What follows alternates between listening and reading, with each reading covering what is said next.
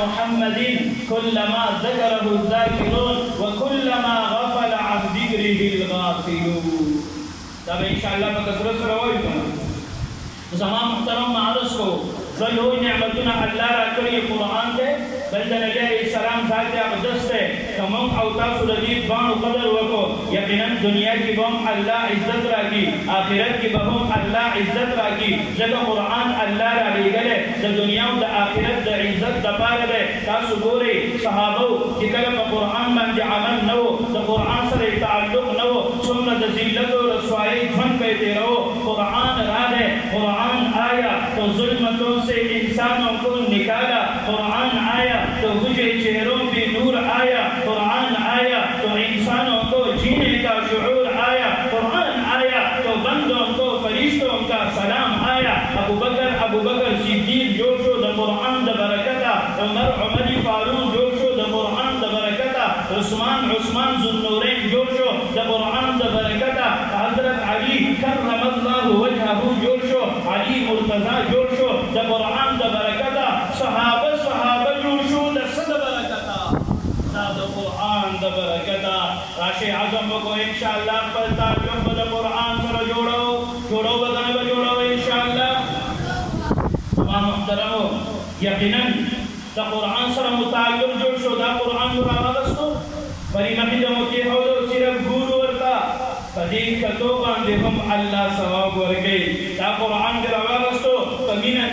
دی فمحبت دی تلاوت کہو دی پنتیجہ کی بتا اللہ محبوب بند جوڑی گی سب جوڑی گی دا اللہ محبوب بندہ اور ایک دا اللہ محبوب جوڑشی دا کائنات دا چاہی دا طول کائنات دا اللہ تعالی طول ضرورتوں دا اللہ کو رکھئی. دا بخاری شریف روایت ہے یو صحابیوں کا کثرت سر سورہ اخلاص دوستو سوئے دوستو قل ہو شریف پا کثرت سر چمانزت و مخشو سورہ اخلاص تلاوت پر ضرور کرو. دا بخاری شریف روایت ہے صحابوں نبی علیہ السلام کا عرض ہے یا رسول اللہ زموندہ مرگر ہے دیر پا کثرت سر پا منزل کی سورہ اخلاص ولی نبی علیہ السلام نے تپوس کی وقتی داولی کل داغر تپوس وشو اگر جواب ورگئی لأنها صفت الرحمن وانا احب ان اقرأها چونکہ پا سورہ اخلاص کے دا اللہ صفات بیان شوی سبین شوی صفات مسئلہ توحید بیان شوی دا مسئلہ توحید بیان شوی دا ویدقی سورت سر زمان مین دا ضرورت واری کی بکر سر بیداد وستے زکی بار گولما خبری دو مکیاکشتا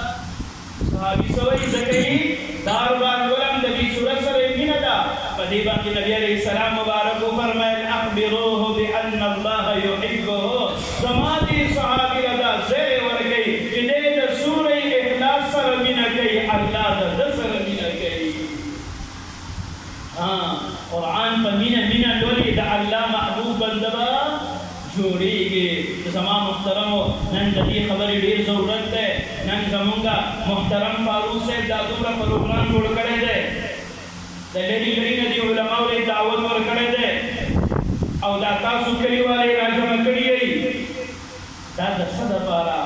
دا یو غم دے دا یو فکر دے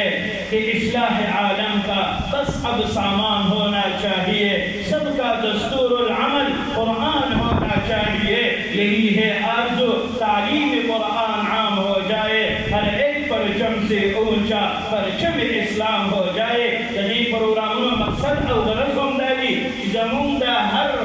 بچے پر صحیح طریقے سر دا قرآن وستن کے قرآن ما دی عمل کون کے جوشی